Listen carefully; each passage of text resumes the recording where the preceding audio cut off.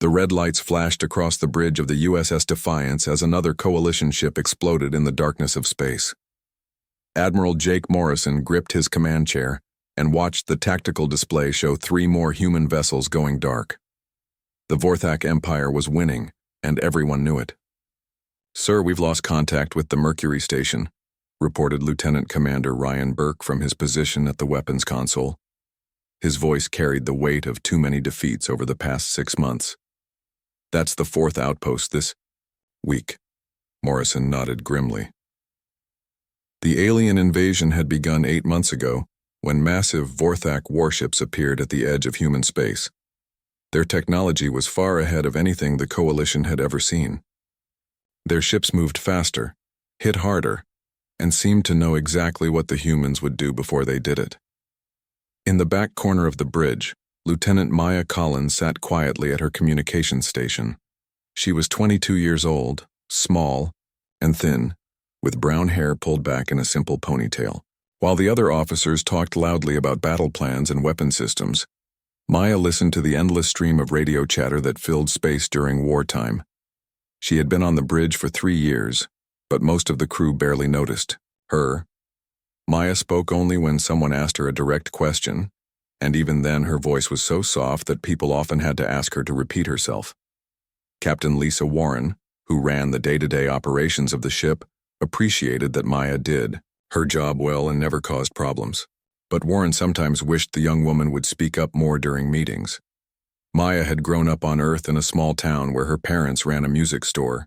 She loved listening to old songs and learned to play several instruments, though she was too shy to perform for anyone except her cat. When she joined the Coalition Navy, she chose communications because it meant she could work mostly alone, monitoring signals and managing data streams without having to talk to many people. Now, as the war raged around them, Maya found herself listening to more than just human voices. The Vorthak ships sent constant streams of data between themselves, and while the alien language was impossible to understand, Maya had begun to notice patterns in their transmissions. There was something about the way the signals rose and fell that reminded her of something from back home, but she could not figure out what. "Collins," Captain Warren called from her station. "Any word from command about reinforcements?" Maya checked her screens and spoke quietly. "No messages from Fleet Command in the last 2 hours, ma'am. The last transmission said they were pulling back forces from the Outer Rim." Warren sighed. The Outer Rim was where most of the fighting had been happening, and if command was pulling ships back, it meant they were preparing for the worst. The Vorthak were getting closer to Earth with each passing day. "What about those alien signals you mentioned yesterday?" Warren asked. "Anything new?" Maya felt her face grow warm as the other officers turned to look at her. She hated being the center of attention, but she had noticed something important in the enemy transmissions. "The patterns are getting stronger, Captain. The mathematical sequences are more complex now, and they seem to match up with our battle formations somehow." Lieutenant Commander Burke laughed from across the bridge. "Come on, Collins. You think the aliens are doing math problems while they shoot at us?" Maya shrank back into her chair, but Captain Warren held up a hand. "Let her finish, Burke." "Collins, what kind of patterns are you seeing?" Maya pulled up her analysis on the main screen, though her hands shook slightly as she worked the controls. The display showed waveforms and frequency charts that looked like abstract art to most of the bridge crew. The signals have a rhythm to them, like music. They repeat every few minutes, but each time they get a little different. And when I compare them to our tactical movements. She paused, not sure how to explain what she had noticed. "Go on," Warren encouraged. "Well, it seems like our response times are getting slower. Not by much, just a few seconds here and there. But in space combat, a few seconds can mean the difference between life and death." Admiral Morrison had been listening from his command chair. He walked over to Maya's station and looked at her data. "You think their communications are affecting our performance somehow?" Maya nodded nervously. "It's just a theory, sir, but the timing matches up too well to be a coincidence." Morrison studied the charts for a long moment. Around them, the bridge crew went back to their duties as status reports came in from other ships in the fleet. The news was not good. 3 more coalition vessels had been damaged in the latest attack, and the Vorthak showed no signs of slowing down. "Keep monitoring those signals, Collins," Morrison finally said. "Document everything you find and send me a full report." Maya felt a small surge of pride that the Admiral was taking her seriously, but she also felt the weight of responsibility. If she was right about the alien transmissions, it might be important. If she was wrong, she was wasting everyone's time during a critical moment in the war. Over the next few days, Maya worked longer shifts and slept less. She recorded every Vorthak transmission she could detect and ran them through analysis programs that looked for patterns. The more she studied the signals, the more convinced she became that there was something deliberate about their structure. The breakthrough came during her night shift when most of the bridge crew had been replaced by the skeleton crew that kept the ship running while others slept. Maya was alone with her thoughts and her data when she suddenly realized what the alien patterns reminded her of. They were like the old classical music her mother used to play in the store back home. Maya pulled up files from Earth's cultural database and began comparing Vorthak transmissions to human musical compositions. What she found made her heart race. The mathematical relationships were nearly identical. The aliens were not just making random signals, they were broadcasting something that followed the same rules as human harmony and rhythm. But why would aliens on the other side of the galaxy know anything about human music? And more importantly, why would they use it during battle? Maya saved all her work and tried to get some sleep before her next shift, but her mind kept racing with possibilities. She had stumbled onto something important, but she was not sure what to do about it. Tomorrow she would have to find the courage to present her findings to the senior officers, even though the thought of speaking up in front of everyone terrified her more than the enemy ships outside. Maya barely slept that night. Every time she closed her eyes, she saw the wave patterns from the Vorthak transmissions overlaying the musical notes from her childhood. When morning came, she felt tired but determined. She had to tell someone about her discovery, even if it meant speaking up in front of the senior staff. The daily briefing started at 800 hours in the main conference room. Admiral Morrison sat at the head of the long table while Captain Warren, Lieutenant Commander Burke, and the other department heads discussed the previous day's losses. Maya sat in the back corner with her data pad, waiting for the right moment to speak. "The situation is getting worse," Morrison said as he looked at the tactical reports. "We lost 2 more ships yesterday, and the Vorthak are advancing faster than our models predicted. At this rate, they'll reach the inner colonies within 3 weeks." Major Kate Sullivan, the ship's chief pilot, shook her head. "Our fighters can't keep up with their speed, and our weapons barely scratch their hull armor. It's like they know exactly what we're going to do before we do it." Maya's heart started beating faster. This was exactly what she had been thinking about all night. She raised her hand slightly, then put it back down when no one noticed. She tried again, lifting her hand higher. Captain Warren saw her. "Collins, did you have something to add?"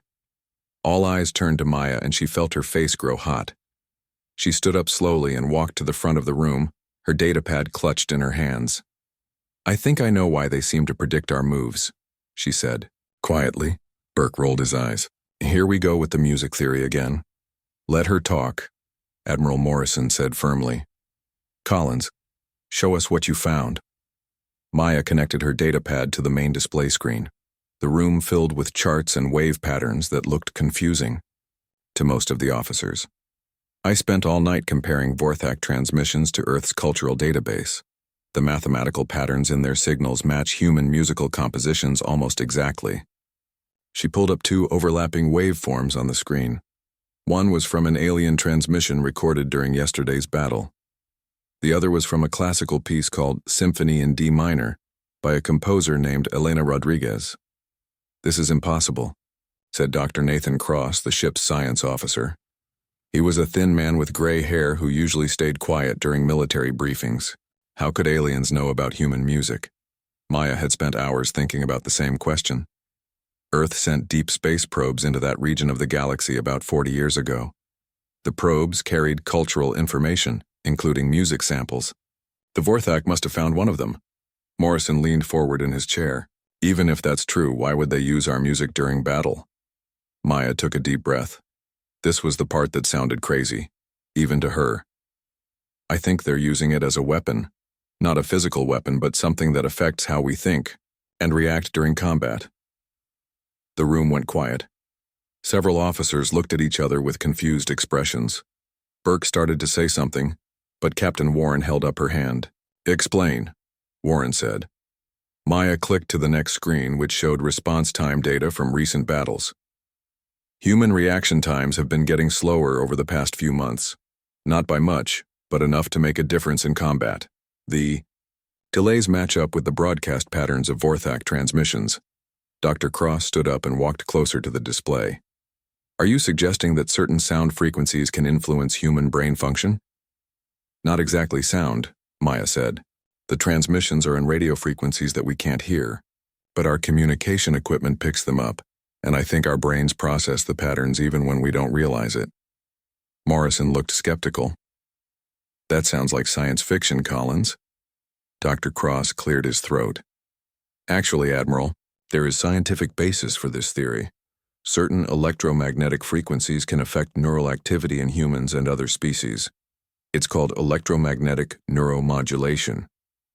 Maya felt a surge of gratitude toward the science officer. At least someone was taking her seriously. "Dr. Cross is right, and if I'm correct about this, it explains why our tactical performance has been declining.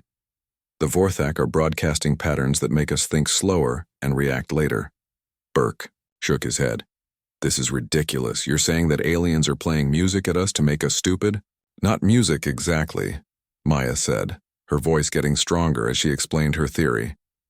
"They're using mathematical patterns based on human musical harmony to create confusion in our neural networks. It's psychological warfare, but at a level we never expected." Admiral Morrison stood up and paced around the table. "If this is true, Collins, can we do anything to stop it?" Maya had been hoping someone would ask that question. "I think so, sir. If we understand the patterns they're using, we might be able to create countermeasures. We could build filters that block the harmful frequencies or even broadcast our own signals to cancel out theirs." Dr. Cross nodded enthusiastically. "This is fascinating research, Collins. I'd like to work with you on developing those countermeasures." "Captain," Warren looked at Admiral Morrison. "Sir, I recommend we give Collins and Dr. Cross whatever resources they need to pursue this." Morrison thought for a moment, then nodded. "Agreed. Collins, you're temporarily reassigned to work directly with Dr. Cross on this project. I want a full report on potential countermeasures within 48 hours." Maya felt both excited and terrified. This was the biggest responsibility she had ever been given, and the fate of the war might depend on whether she was right about the alien transmissions. Over the next 2 days, Maya and Dr. Cross worked around the clock in the science lab. They brought in Sergeant Amy Torres, a brilliant engineer who specialized in communication systems. Together they analyzed hundreds of hours of Vorthak transmissions and began building devices that could neutralize the psychological effects. The work was difficult and often frustrating. The alien patterns were more complex than Maya had first realized, and they seemed to change slightly with each broadcast. Creating effective countermeasures required understanding not just what the Vorthak were doing, but why their particular approach was so effective against human minds. Maya found herself talking more during these long work sessions than she had in her entire career.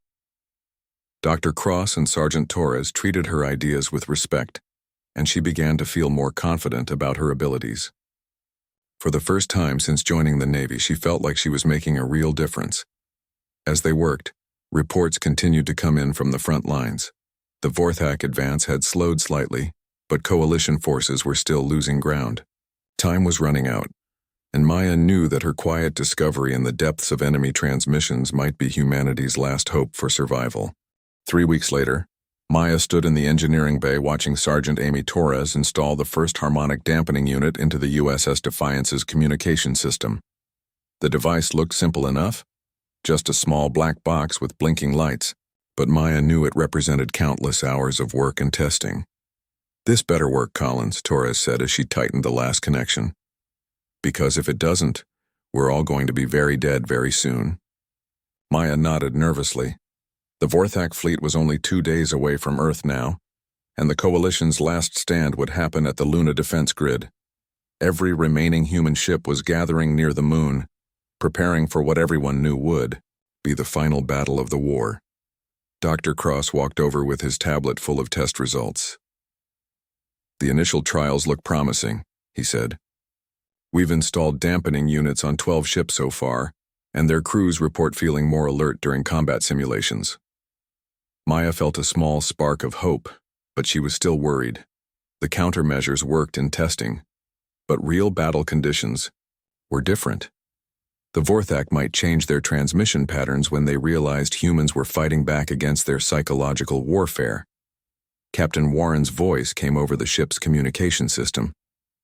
"Collins, report to the bridge immediately." Maya hurried through the corridors of the USS Defiance past crew members who were preparing for battle. Some nodded at her as she passed, which still surprised her. 3 weeks ago, most of these people didn't even know her name. Now everyone on the ship knew about the quiet communications officer who had discovered the enemy's secret weapon. On the bridge, Admiral Morrison was talking with several other fleet commanders through video links. Maya recognized Admiral Carol Bennett from Fleet Command and Captain Todd Miller from the USS Victory. They all looked tired and worried. "Collins," Morrison said when he saw her, "we need to talk about your countermeasures. How many ships can we equip before the battle starts?" Maya checked her notes. "We have enough dampening units for 43 ships, sir. Dr. Cross and Sergeant Torres are working around the clock to build more, but we're running out of time." Admiral Bennett spoke from her screen. 43 ships out of our entire remaining fleet? That's not enough, Collins. We need every advantage we can get." "I understand, ma'am," Maya replied. "But there's something else. I've been studying the latest Vorthak transmissions, and I think I've found a way to turn their own weapon against them." Morrison raised an eyebrow. "Explain." Maya moved to the main display and brought up her newest analysis. The aliens have become dependent on their psychological warfare. They use it constantly now, even when they're just moving between star systems. But that dependence has created a weakness. She showed the assembled commanders a complex pattern of overlapping waveforms. When they broadcast multiple harmonic sequences at the same time, the patterns interfere with each other. If we can force them to use too many different frequencies at once, their own system will break down. Captain Miller leaned forward on his screen. "How do we force them to do that?" Maya took a deep breath. This was the part of her plan that scared her the most. "We use our own transmissions to make them think we're doing something we're not. If I can coordinate the fleet's communications to broadcast specific patterns, the Vorthak will respond with countermeasures. The more they try to counter us, the more their system interferes with itself." Admiral Bennett looked skeptical.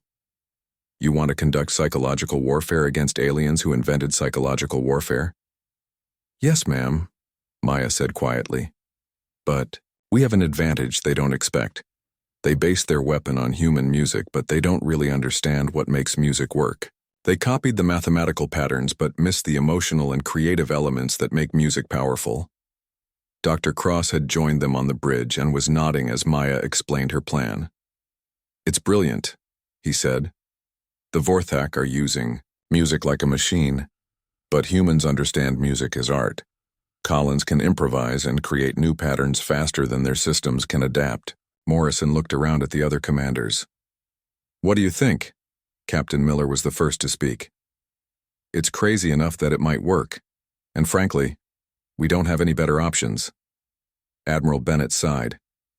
"Collins, if we give you control of fleet communications during the battle, can you really coordinate this kind of operation?" Maya felt her stomach flip. The thought of being responsible for coordinating the entire fleet's communications during the most important battle in human history was terrifying. But she also knew this might be their only chance to win. "I can do it," she said, trying to sound more confident than she felt. Over the next day, Maya worked with communication officers from every ship in the fleet. She taught them the basic patterns they would need to broadcast and explained how to recognize her coordination signals. Many of the officers were older and more experienced than Maya, but they listened carefully to her instructions. Lieutenant Ben Parker from the USS Liberty was particularly helpful. He had studied music before joining the Navy and understood what Maya was trying to accomplish. "It's like conducting an orchestra," he said during one training session. "Except the orchestra is spread across half the solar system and the audience wants to kill us." The night before the battle, Maya couldn't sleep. She walked through the quiet corridors of the ship, thinking about everything that had led to this moment. 6 months ago, she had been just another background officer who rarely spoke above a whisper. Now the fate of humanity might depend on her ability to outthink an alien intelligence using the power of human music. She found herself in the observation deck, looking out at the stars. Somewhere out there, the Vorthak fleet was approaching Earth. In less than 12 hours, the final battle would begin. Captain Warren found her there an hour before dawn. "Can't sleep either?" Warren asked. Maya shook her head. "I keep thinking about all the things that could go wrong." Warren sat down beside her. "Collins, 3 weeks ago you were afraid to speak up in meetings. Now you're about to coordinate the largest space battle in human history. You've already accomplished the impossible." Maya looked at her captain. "What if I'm wrong about everything? What if the music theory is just coincidence and I'm leading everyone into disaster?" Warren smiled. "Then we'll face disaster together, just like we faced everything else in this war. But I don't think you're wrong, Maya. You've seen something that none of us could see, and that's going to make all the difference." As the first alarm bells began to ring, announcing the approach of the enemy fleet, Maya felt a calm settle over her. She was still scared, but she was ready. The quiet girl, who had spent years listening in the background, was about to take center stage in the greatest performance of her life. The Vorthak fleet appeared on the edge of the solar system like a dark cloud of death. Maya watched the tactical display from her new position at the fleet coordination station as hundreds of alien ships moved toward Earth. Their vessels were massive and sleek, designed for one purpose: destroying everything in their path. "Enemy fleet detected," announced Lieutenant Commander Burke from his weapons station. "They're moving in standard attack formation." Admiral Morrison stood at the center of the bridge, his face grim but determined. "All ships, this is Admiral Morrison. Today we make our final stand. Remember, we're not just fighting for ourselves. We're fighting for every human who ever lived and every human who might live in the future." Maya put on her headset and opened communication channels to all 43 ships equipped with harmonic dampening units. Her hands were shaking, but her voice was steady as she spoke into her microphone. "All ships, this is Collins at Fleet Coordination. Begin harmonic pattern alpha on my mark." The first phase of the battle began when the Vorthak opened fire at long range. Their energy weapons lit up space with deadly beams of light that could cut through human ships like paper. The coalition fleet spread out and began returning fire, but everyone knew their weapons were not strong enough to do serious damage to the alien vessels. Maya watched her instruments carefully as the Vorthak began broadcasting their psychological warfare frequencies. The patterns were more complex than she had ever seen before, with multiple layers of harmonic interference designed to confuse and slow human thinking. "Pattern Alpha is active," reported Lieutenant Ben Parker from the USS Liberty. "We're reading clear signals from all coordinated ships." Maya smiled slightly. The first part of her plan was working. The ships with dampening units were maintaining normal reaction times even under the Vorthak psychological attack. But now came the difficult part. "All ships, begin pattern beta," Maya announced. "Remember, follow my lead and trust the music." The coalition fleet began broadcasting Maya's carefully designed counter signals. To most people, they would have sounded like random electronic noise, but Maya heard the mathematical beauty in them. Patterns based on human musical harmony but twisted into something new and unexpected. The effect on the Vorthak was immediate. Their tight attack formation began to waver as their ships received the strange new signals. Maya watched her analysis screens as the aliens responded exactly as she had predicted, broadcasting even more complex patterns to try to counter the human transmissions. "It's working," Dr. Cross said from his station. "The Vorthak are increasing their transmission power and adding new frequency layers." Maya nodded and switched to pattern gamma. This was the dangerous part of her plan. She was pushing the aliens to use so many different harmonic sequences that their own system would start to break down, but if she pushed too hard too fast, they might simply change tactics and attack with conventional weapons alone. Captain Warren moved to stand behind Maya's station. "How are you feeling, Collins?"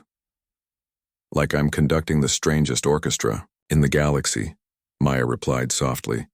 "But I think we're winning." The turning point came when Maya implemented Pattern Delta. This was her masterpiece, a complex harmonic sequence that mimicked the Vorthak's own psychological warfare, but included hidden mathematical errors that would cause their systems to malfunction. The alien fleet's response was spectacular and terrifying. They broadcast a massive wave of harmonic interference that filled space with overlapping frequencies. For a moment, Maya worried that she had made a terrible mistake and doomed the human fleet. Then the Vorthak ships began firing on each other. "What's happening?" Admiral Morrison asked as he watched alien vessels destroying their own allies. Maya checked her readings and grinned. Their psychological warfare system is feeding them false information. They think their own ships are human vessels, so they're attacking everything around them. The confusion spread through the alien fleet like a virus. Ships that had been coordinating perfectly for months suddenly became enemies. Their sophisticated formations collapsed into chaos as vessel after vessel opened fire on its neighbors. "All human ships, advance and engage targets of opportunity," Morrison ordered. "Collins, keep doing whatever you're doing." Maya switched to her final pattern, Pattern Epsilon.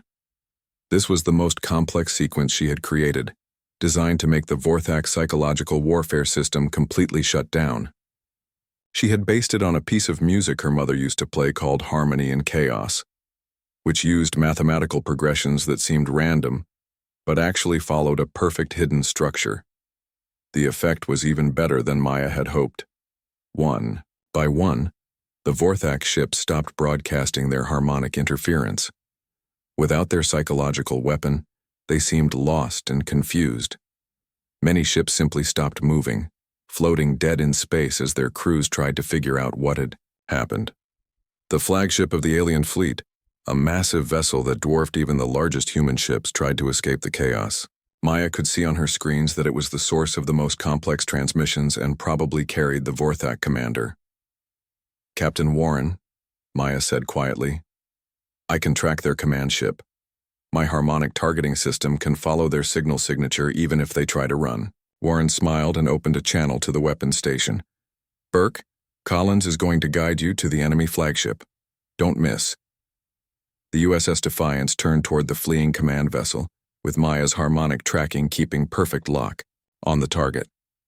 When Burke fired the ship's main weapons, the energy beam struck the alien flagship directly in its command section. The massive ship exploded in a ball of fire that lit up half the solar system. With their command ship destroyed and their psychological warfare system in ruins, the remaining Vorthak vessels began to retreat. Some tried to fight with conventional weapons, but without their harmonic coordination, they were no match for the organized human fleet. Maya sat back in her chair and pulled off her headset as the battle ended. Around her, the bridge crew was cheering and celebrating, but she felt strangely calm.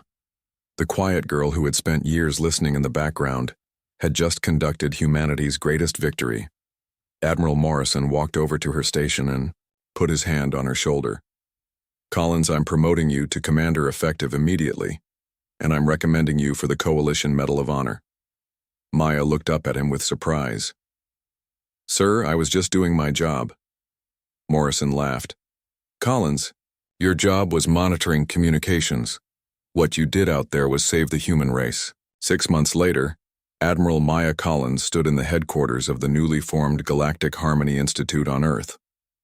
The war was over. The Vorthak had become allies after learning to communicate without psychological manipulation, and humans were exploring new ways to use music and mathematics to understand alien cultures. Maya was still quiet by nature, but her voice now carried the authority of someone who had changed the course of history.